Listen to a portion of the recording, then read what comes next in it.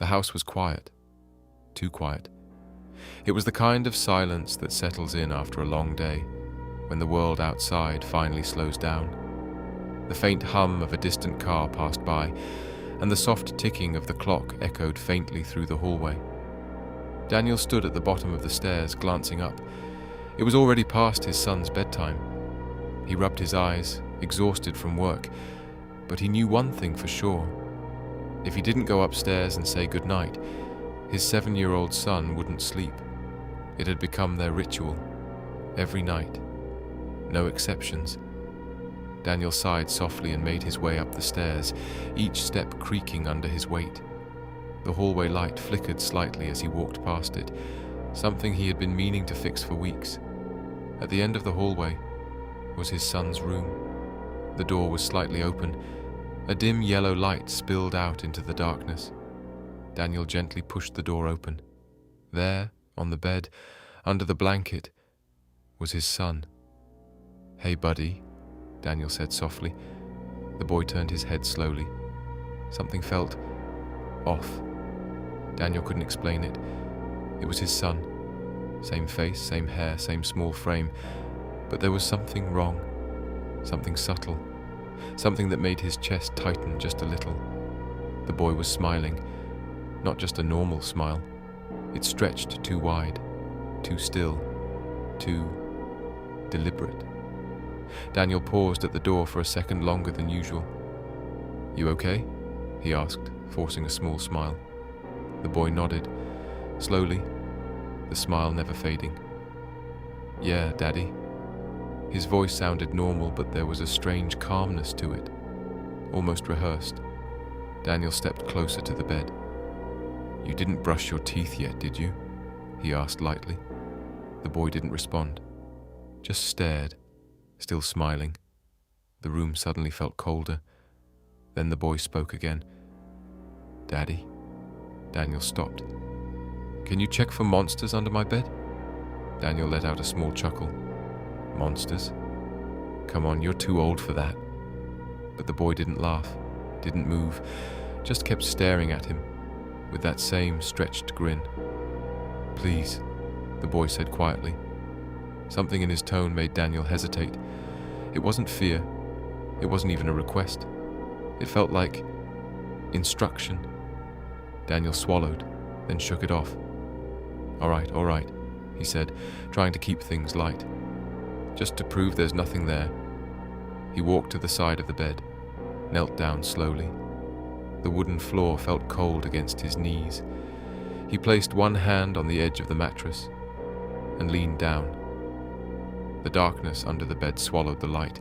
At first, nothing, just shadows. Then, movement. Daniel froze. Two small hands reached out from the darkness, grabbing his wrist hard. He almost shouted, but then he saw the face. His heart stopped.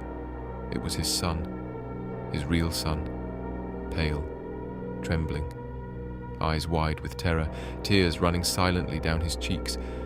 The boy pressed a finger to his lips. "Shh."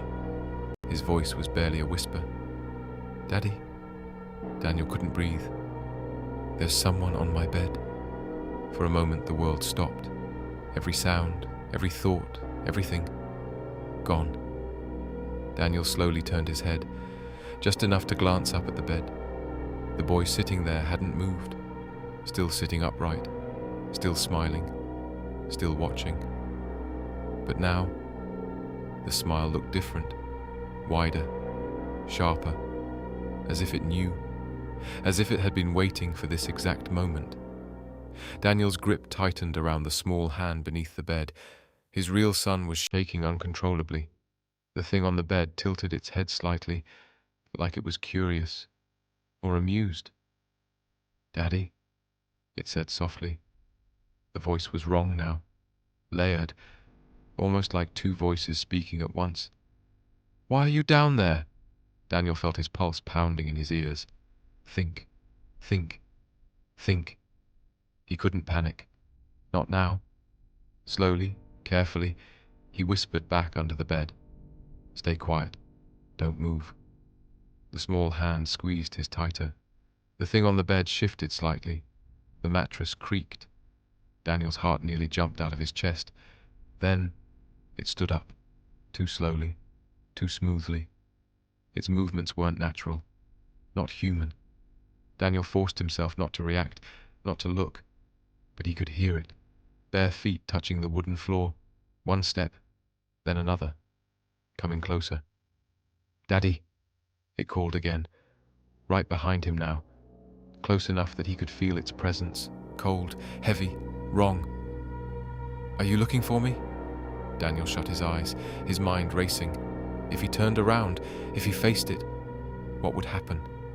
He didn't want to find out. Instead, in one sudden motion, he pulled his real son out from under the bed, grabbed him tightly, and ran. The hallway blurred. Footsteps slammed against the floor. Behind them, something moved. Fast, too fast, a sound like something crawling, scratching, following. Daniel didn't look back. He couldn't. He burst into his bedroom, slammed the door shut and locked it. His son clung to him, crying silently. Dad, what was that?" Daniel didn't answer. He didn't have one. The house fell silent again, but it wasn't the same silence as before. This one felt alive, watching, waiting. Then, from the other side of the door, a soft knock, 3 times, slow, deliberate. Daniel froze. His son buried his face into his chest. Then came the voice. Perfect. Familiar. Terrifying. "Daddy?" A pause. "You forgot to say goodnight." One click, and you unlock more terrifying stories. Subscribe now, or you might regret missing what's coming next.